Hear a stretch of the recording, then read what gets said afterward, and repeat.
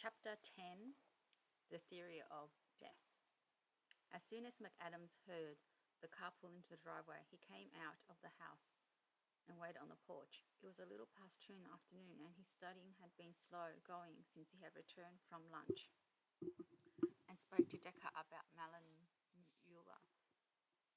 He wasn't sure why he had such an uneasy feeling. Part of it was suspicion, but he was savvy enough to realize that part of it was attraction. It had been a while since he had left soft lips and vulnerability. The women he knew in university were identical to the men, smart and all about the competition. He had nothing to offer any of them other than his sarcasm and snobbery, which was guaranteed to keep everyone at arm's length. Rena got out of the Porsche and waved. Tyler waved back. "What ho?" as Bertie Woozer would say. "What ho right back at you." Rena bounded on up to the front door. "Where is Jeeves when you need him?" "Sure, be nice to have someone bringing me tea and solve my problems." McAdams shook his head. "I'm wondering about the wisdom of my coming down here." Decker walked on the porch. "Yeah, let's talk about that." He threw his arms around the kid, and the three of them went inside the house. "You need to go back to Boston. Put some distance between you and the girl. If she's determined, she can still contact me. If she's rational, she'll know it'll be inappropriate. I'm concerned about stalking." "She's not. I didn't get that feeling, but I'm not too good at reading people." Rena gave Decker her jacket. "You can hang this up while I make coffee." Fair division of labor. Decker turned back to McAdams. "She's already had a thing for you from the past. Just go back up and finish out your term." "I should have told her no, or that I have a girlfriend, or I'm gay. Anything except to agree to go out with her." He hit his head. "What was I thinking?" Rena said. "She threw you a curveball. She seemed so uninterested yesterday." "You do realize that she was talking to us in a tank top and shorts," Decker said. "She made no move to change into something more suitable, considering we were the police." "Yeah, I should have picked up on that. Damn those women and their wily ways." Rena said. "I'm going to fix myself a snack. Anyone hungry?" "You know I'll eat whatever you bring out," Decker said. "I'm hopeless. I'll fix something healthy." "Not too healthy. I've got some leftover cookies." "Who doesn't like cookies and coffee?" McAdams said. "And there lies the problem." Decker patted his belly. "I'll be back in 5. You can start without me, but then you'll have to fill me in." "Will do." Decker turned to McAdams. "Reception wasn't great, Tyler. Tell me what happened again." He recapped the conversation. "When she asked me out, I should have just said no. What I told her is that when I'm done with finals and the case is resolved, I'll go out with her, and then she kissed me twice." "And you didn't think she's a stalker?" "I think she's way more interested in the hidden papers. She thinks it's her research, and she doesn't want it getting in the wrong hands. Plus, if I go back, I'd feel like I'm escaping something I should be able to deal with." "Tyler, you're not supposed to be here. The case is getting in your way." "No, it's not." When Decker gave him a look, McAdams said, "Okay, it is. I've spent the last half hour trying to trace her from Exeter to Needloft. It seems she left high school about after 2 years, and I don't know. Could be she started college earlier. I have to call in to an old math teacher at school. Maybe he can help because it doesn't stay in her records. You're spending way too much time on this. You have to go back to Cambridge anyway. In what, 10 days? Just bite the bullet." "Yeah, okay." McAdams was sulking. "As long as I'm up there. But how about if I take Ellie's papers with me and have Mr. Gold look them over?" "Perfect. But once you're there, stay there." Fine, McAdams said. "I'll go back up first thing in the morning. There should be our 5:30 bus going to Boston. You have plenty of time to catch it." "I'm too tired to bus it. I'll rent a car and go in the morning. One day won't make a difference." Rena came in with a coffee on a tray and looked for a clear spot on the dining room table. She pushed aside a pile and put down the tray. McAdams said, "I'll clear my papers so you can set up for dinner. As a matter of fact, I'll set the table. I know my way around your kitchen." "Sure, help me out, but please don't bake. Last time you stayed with us, I gained 5 pounds. McAdams gave her a side look. "I was thinking pecan bars." "Don't you dare. What's going on?" "Tyler is leaving in the morning," Decker said. "Boss's order." The kid made a face. "Where are you off to, Peter?" "Needloft. I've got an appointment with Eli's professors." I'll come with you, McAdam said. Malin's interest in the hidden papers had piqued my curiosity, and I liked to get a better idea of what Eli was actually doing. When Dicker gave him a look, Tyler said, I promise I'll leave in the morning. Rena said, let him come with you, Peter. It's probably better than the girl showing up at the house again. Sure, why not? Dicker shook his head. Come on. You can take notes on your iPad, just like old times. Don't get shot. I'll do my best. Even though it was cold, they decided to walk. The air was bracing, and it woke up Decker's sluggish mind. It felt good to move, especially after a long car ride. The sky was clear and blue, and the sun had melted the thin layer of snow that had fallen yesterday. The two of them had to skip over the numerous water and mud puddles. McAdams had borrowed a hat, and because they were walking quickly, he began to sweat underneath. He took it off and raked his fingers through his overgrown locks. He was squinting in the glare of the sunlight as Decker gave him a detailed recap of the conversation in the wolf house. McAdams said, Wow, how long was Eli in a coma? About a week. Close head injury. The brain swelled and all sorts of things can happen. It accounts for his major personality change. Yes, I thought about that, Decker said. What about his sudden genius? Could brain trauma account for that? I'm not a doctor, so I don't know offhand. I would think that it's not going to make a limited thinker into our discards. But it's the family. But if the family has a predilection for maths, and it seems like they do, maybe the change in his brains enhanced what was already there. I was looking at brain injuries on my phone during the ride home. Rena was kind of enough to drive. There is precedence. People after a concussion suddenly emerging from the trauma with an enhanced sense of taste or smell or some other things. Sometimes the changes are permanent, but sometimes they're not. Depends on the nature of the injury. Decker noted. Did you know that GIs get a lot of closed head injuries, even if they're not hit directly to the head? They wear helmets, and while the headgear protects them from flying debris, it also puts the head in a confined space. The vibration can rattle the brain, and sometimes their personality changes are due to brain injury rather than the horrors of war. You know more about that than I would. Yeah, war is very loud. I remember when our pilot was attempting a put down of the chopper in active fighting. The rotors of the Hui combined with the explosion and the spitfire of the machine guns. You can't hear yourself think, let alone communicate, which of course is essential. Anyway, that isn't what happened to Eli. He wasn't in combat. I'm just thinking that the kid might have been suffering from depression brought on by neurological changes, hence the suicide. I didn't see any pain meds other than the OTC in his dorm room. Certainly no antidepressants. I was looking for them. Maybe his religion frowns upon their use. Maybe we'll get a tox report from the coroner. Even though it's pretty obvious that the shot to the head was the cause of death, I want to see what the kid had in his system. Do we have a coroner's report yet? I don't know. Decker made a quick call to the station house. The report isn't in yet. Kevin Nickweed is on it. I didn't ask for a quick turnaround. That's standard when you don't ask for high priority. And this isn't high priority. McAdams said, What do you think about Eli sending money to his parents? Could be he was working for the maths department and had no use for the extra money. Or like his father said, maybe it's his way of keeping in contact or atoning for his lack of interest in his family. On the other hand, if Eli wasn't working for the maths department, maybe he was making money illegally and wanted to shunt it somewhere else. I don't know, McAdams. From what we heard, Eli doesn't seem like the type to engage in illegal activity. If he had brain injuries, maybe his inhibition were lowered. Sure, but $1,200 a month seems like a small amount of money to take a risk on screwing yourself up. What if the $1,200 was the tip of an iceberg? Like I said, maybe that's when the hidden papers were found, some kind of code. Elijah Wolf, the Mennonite come math genius, come what, drug dealer. McAdams smiled. Maybe not drugs, but there was a lot of other legal shenanigans to get stuck into. We've got a guy who's a whiz at maths, at numbers. Maybe he had some kind of blackjack system. There's a lot of Indian casinos up and down the eastern seaboard. Decker thought a moment. Gambling isn't illegal. And why give it to his parents? And also why the consistent amount every month? Maybe he made a lot more and it's hidden somewhere. Maybe he gave his parents the same amount to make it look like it was from a job. Or maybe his parents weren't telling the whole truth. McAdams became animated. If he was a gambler, maybe he hooked up with the wrong people. Maybe Eli did something that he thought would tarnish his genius image. and felt suicide was the honourable way out, or maybe he was forced to shoot himself. Decker was quiet. What? McAdams said. I was thinking about the death scene. His fingers were curled, but he wasn't holding the gun. Why is that significant? There's a phenomenon when you shoot yourself.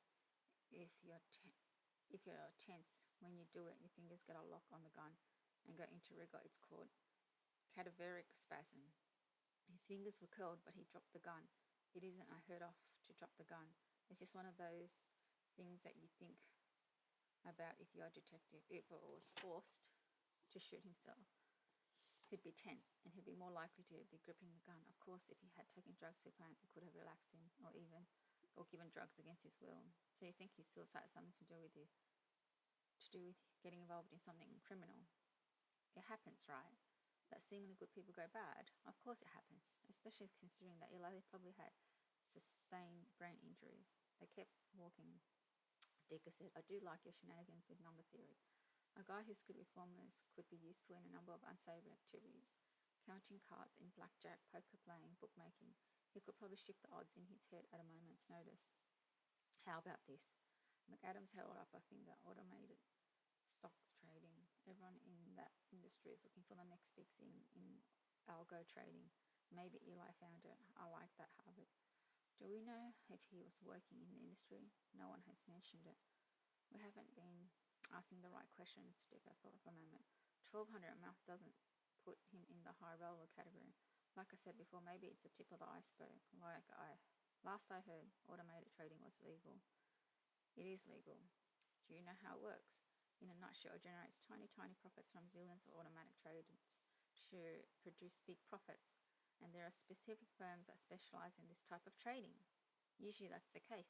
These firms usually don't make major market because they move in and out so fast. McAdams took out his smartphone and looked up algo trading Wikipedia. Algo firms break up big institutional trades in major companies into more manageable sizes. Do they affect the stock prices? Not as much as you think. Algo companies take in relatively small profits compared to the overall market trading, but they're responsible for a large percentage of the market volume. This big volume trading can lead to a phenomenon known as flash crash if things go awry, like the guy in the UK around 5 years back. Yeah, in 2010, Navendor Serraro, exactly. McAdams put away his phone. I can delve further if you want.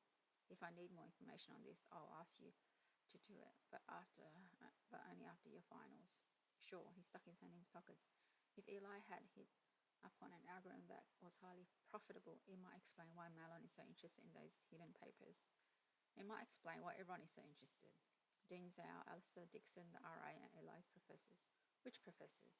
So far, we have Theodosia, Dean Zhao, and Katrina Belfort all willing to look the papers over under the guise of being helpful. Where does Katrina Belfort fit in? Who told her about the papers? McAdams hit his head. She's Malone's advisor. Did she call you or did you call her? Belfort, you mean? Yeah. I called her. She was on Eli's advisory committee, but she had to resign due to other obligations. Like what? She didn't say. I only talked to her for a minute. I'm going to try to catch her this afternoon. I also talked to, he checked his notes, Dr. Aldo Farrago. He was also on Eli's advisory committee. All three of them, Farrago, Rosa, and Belfort, were pretty shaken up when I spoke to them over the phone. How can you tell emotions over the phone? You get a feeling for what's righteous after doing all these years.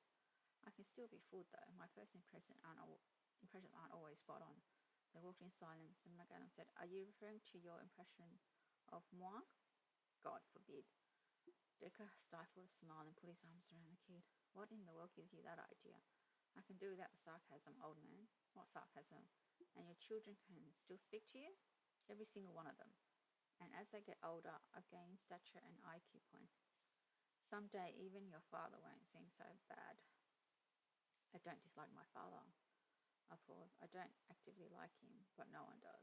You may like him more when you're a dad. Dad, God, me a dad, pity my poor children. They don't stand a chance. Oh, I don't know about that. You may rise to the occasion. McAdams laughed to himself. For an old guy, you're okay, Lieutenant. Decker was taken back. High praise. As high as I'm capable of giving. Chapter 11. Entering Needloff.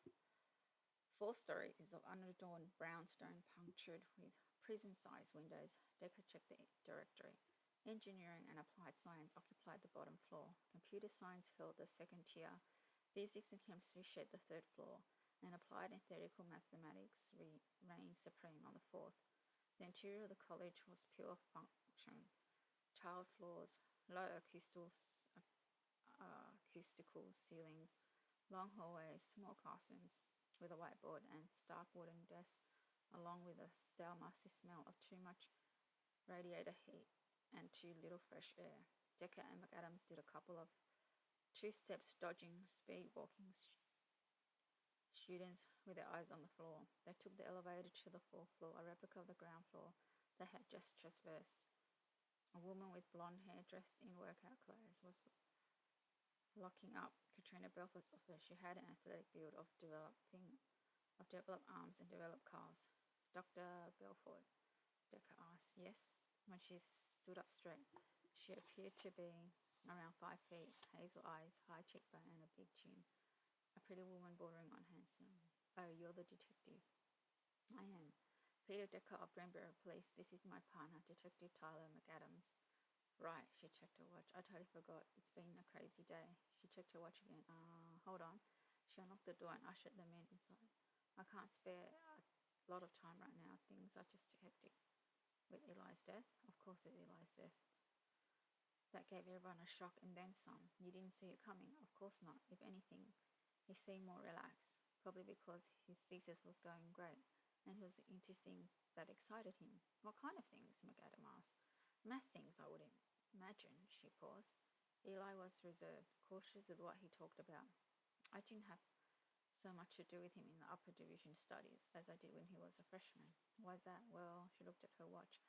Oh, hell. Here goes nothing. Eli was a prize student. He was brilliant. Any faculty member here would have killed to work with him because he had such great promise. But to the victor goes the spoil. It was assumed from the start that he would work under Dr. Rosa, even though his interests coincided more with me than with him. But since I'm low woman on the totem pole and likely to remain that way, I could only stand by and watch. She shook her head angrily. It was clear to all of us that Eli was unhappy working with Rosa. He even hinted about switching to me. Of course, that sent Thea into a rage. I backed down. I not only backed down, I took myself off Eli's thesis committee. She gave a dismissive wave. I'm not saying Thea is to blame, but he certainly was insensitive to Eli's needs. When did this drama happen? It wasn't drama on my part. Theo makes drama out of everything. It happened about a year ago. Since then, Eli seems to adjust. Maybe he had a rapprochement with Rosa. I hope so, her eyes suddenly moistened. Not that it matters now. Again, she glanced at her watch. I really have to go. She swiped her cheek with her hand. I'm sorry, this is difficult to talk about. One more thing, Decker said. I'm hearing some contradictions. Elijah was happy about how his thesis was progressing so well, and Elijah wasn't happy working with Dr. Rosa, who was his thesis advisor. Like I said, he seemed to adjust to reality. Look, Eli's emotional swings were in millimeters, not miles. He had an almost flat personality, which isn't unusual for students here. He was more interested in maths than anything else. And if maths was going well, he was fine. She opened the door. Anything else? Maybe we can talk another time when you're not so rushed. Good luck with that. I'm always in a rush. She stepped out in the hallway and waited for them to follow. Then she locked the door and exhaled. Terrible, terrible, terrible what happened. He will be missed. Did he ever talk about his parents to you? Decker asked. I didn't even know parents were in the picture. For all I knew of his personal life, Eli could have been an orphan. The offices of Professor Theo Rosa was spare and clean, with a small window that looked over a mud-filled expanse that turned into lawn in the springtime. There was a small sitting area with 2 wooden chairs, a large unclutched desk, and a leather desk chair.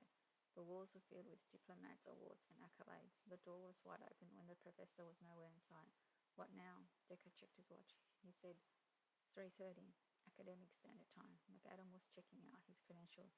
He got his PhD from UCLA. The two came down over the Pacific Ocean. What year? 1985. 30 years in academics. It's clear that Belfort hates him. but he must have something going for him other than his ability to pick brilliant students. McAdams told him, "Look at these awards. Are they prestigious awards?" "No idea, but I don't think he'll put them in on his wall unless they were coveted." The clock on the wall said 3:45. McAdams said, "How much longer should we wait?" Not in a hurry. Give it another 15 minutes. What about Eli's other advisor? Aldo Farrago. We didn't connect, but I did leave a message. We'll see if he calls back. With a gust of energy, a balding, thin man blew into the office. He placed his briefcase down on the desk.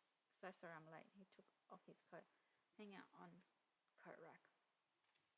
"Feel free to take off your jacket and sit down. It's just been one of those days." He let out a sigh.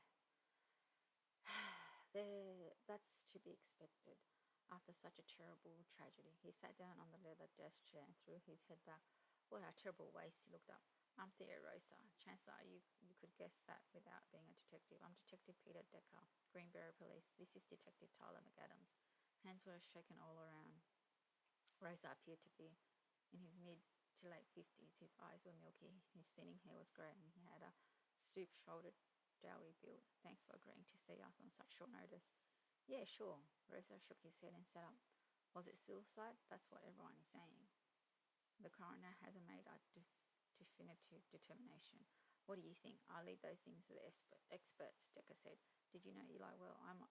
I was his primary advisor. As such, our conversations usually revolve around his research." "What can you tell me about him?"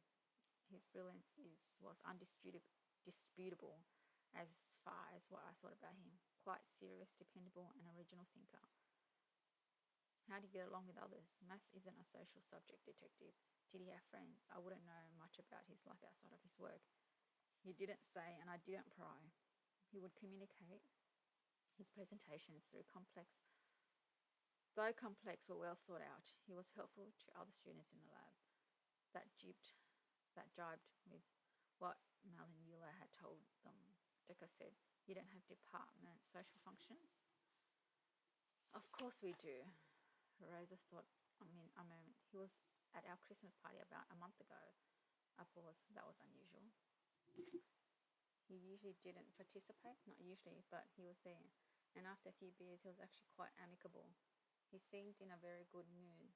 Things were going well with him in school. That's why this is suicide. We were all in shock when we heard about it yesterday."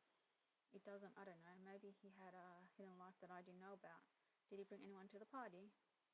"It wasn't really a party, just something the faculty does to make our upper division students comfortable." "Did he bring anyone with him?" Professor Rosa. "No, I don't think so." A pause. "He spent some time talking to Madeline Euler. She's also in the department. Very bright, not like Eli, but quite gifted." Another pause. "He looked like he was trying to calm her down. Madeline can be excitable. I do know that he was helping her out with her thesis. He had patience with her. I'll say that much. Perhaps they were an item and I was unaware. It's a small department for you to be unaware of who's dating whom. Social acuity isn't my forte, Detective." McAdams said, "Well, Eli helped out everyone else besides Malin Euler." "Eli helped anyone who'd asked for help. He was too nice. If you ask me, I was always afraid that people would take advantage of him." "In what way?" "He would spend too much time in helping others and not enough on his own work. But I never said anything because with his own assignment, he was always on time or early. Things came easy to him." "What was Eli working on?" Dick asked. "It involves a lot of complicated mathematics. Unless you're in the field, you won't have any idea what I'm talking about." McAdams said, "A friend of his told us to do it with Fourier analysis and eigenvalues." Rossa furrowed his brow. "Which friend?" McAdams looked up his notes. "Damador Batra." When Rosa waved him off, Tyler said, "Eli wasn't researching eigenvalues?" "Only as a starting point. Do you have any idea what Fourier analysis or what an eigenvalue is?" "It has to do with a relationship between matrices and vectors," McAdams said. Decker said, "The mathematics was beyond me, but what I took out of it was a paring down of complex things into simpler parts. What was interesting to me as a detective was the practical application, the Egan face and Egan voice recognition. You can take a bunch of real faces, assign a value percentage to each of their faces, like 36% on his nose and 36% of that nose, and then put them together to make a totally new face. It's basically a computerized identity kit, except you have a lot of more features to draw upon. Those percentages of those features are called eigenvalues. It's interesting what sticks in people's mind, Rosa said. Of course, that's what you'd be interested in. Could you get a little more specific on Eli's research in layman's terms? First of all, it's hard to explain in layman's terms. You need the mathematics. Secondly, his research is still ongoing, meaning there are still original applications to be had from what Eli was doing. He was part of a team, detective. We share the work. We share the credit. Any paper he might have produced would have had multiple authorships. His theories were not developed in a vacuum. And what does that research have to do with its terrible, untimely death? I don't know if it had anything to do with it. Decker said, I suppose you heard that we found hidden papers, a stack of them actually, stuffed behind Eli's desk in his dorm room. I have heard. I'd like to take a look at those papers. I need to make sure he wasn't compromising anyone else's research. I have a lot of people who are interested in looking over these papers for the same reason. As his advisor, I would know right away what he was working on. I just want to make sure he wasn't poaching someone else's thesis. That's an odd thing to say, McAdams told him. Why on earth would you think Elijah, who was your most brilliant student, would poach someone else's thesis? I don't think that. I just want to make sure. Rose's face tightened. That's an easy way to solve this problem. Just let me see the papers, Decker said. I appreciate your need to keep your research within the confines of your lab, but you also need to realize if these papers are important to his death, I have to keep them under lock and key as evidence. Is it possible for you to give me something that Eli already made public so I can compare it to what we found behind the desk? How could you tell as a layman if it was similar or not? I couldn't, but we know people who could. Just give me research anyway. Rosa shook his head. No, thank you. That's why I said something previously made public. It was only made public within the lab. It certainly wouldn't stop poachers from stealing what might be in those hidden papers. Professor, we're taking the papers to someone at Harvard. That's a given. Rosa turned red. To whom might I ask? Someone who doesn't need anyone else's research for tenure. McAdams said. We've used him before, Decker told him. He's not about to poach your research. If for no other reason, he'd now be under scrutiny. Cold comfort. Let me promise you this, Decker said. If you supply us with some papers of Eli's research and the hidden papers turn out to be relevant to your research, I'll make sure you get them before anyone else. What do you say? Do I have a choice? Of course you have a choice. You can say no, but the best choice you have is to cooperate. Rosa sighed, sat back in his chair. I probably sound like I'm making a mountain out of a molehill. McAdams said, you're being protective of your work. We understand academia. I have tenure, Rosa said. It's not for my personal gain, but not everyone in my lab is as lucky. I have students who are applying to very prestigious graduate programs. I have master level students who are using my data to try to further their careers at other universities, and I have assistant professors who are trying to get tenure. If privileged data were to get out, it would screw up people other than me. I appreciate where you're coming from, Decker said, but that isn't our intention. The tragedy just happened a day ago, and we don't quite know what it is or isn't relevant. A long pause. Let me sleep on it. Let me think about what I can give you that would be the least amount of damage. Rosa sighed. Anything else? I'm completely jammed up today. Eli's death has thrown a monkey wrench into everyone's schedule. How specifically are you dealing with Eli's death? We'll form several ad hoc committees to meet with students. I've asked for a counsellor to come down. Math people aren't noted for emotional exuberance, but that doesn't mean that the kids aren't affected. It's a mess right now. So if we're done, I do have another question, Dr. Rosa. Did Elijah have a paid job doing work for the maths department? Rosa furrowed his brow. He worked as a TA in several lower division cases as part of his tuition. He was here on a free ride, you know. I do know. Did he work in the department for spare change, for a little more than a spare change? What are you getting at? Eli was sending home around $1,200 a month to his family. He said he got it by working a job for the maths department. Maybe he kept a little for pocket money. So if you assume that maybe he was making even more, $1,200 a month, yes sir. I have no idea where it came from. Maybe someone else in the department hired him on a research assistant. On as a research assistant. I paused. Strange that he wouldn't tell me. But as I said, we kept a conversation on the thesis. I suppose you can check with the bursar's office.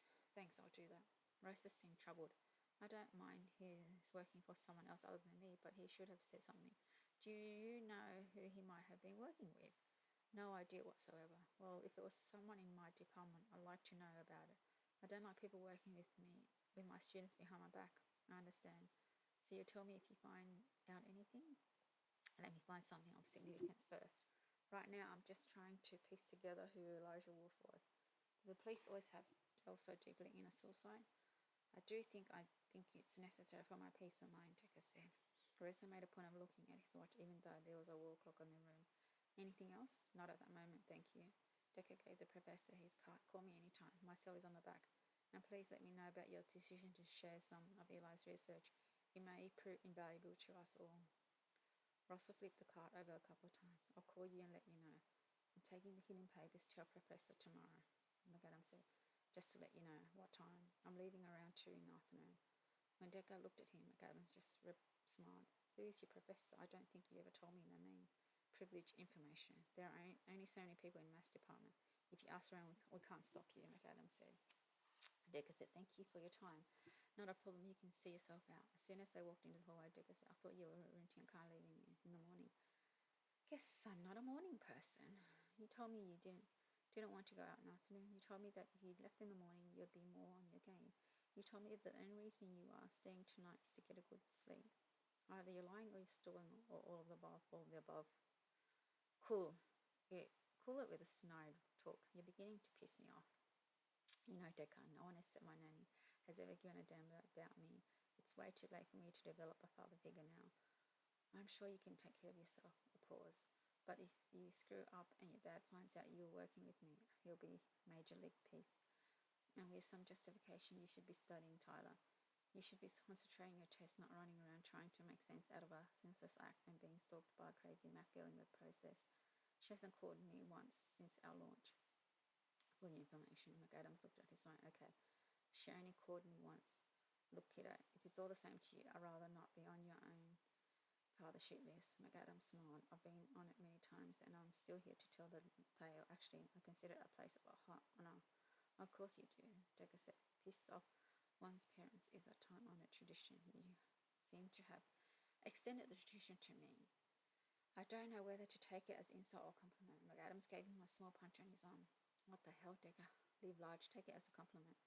And I still expect my picture on your piano. Decker said, give me a damn picture and I'll put it up. Should I start calling you son, McAdams? Only if you pay my tuition.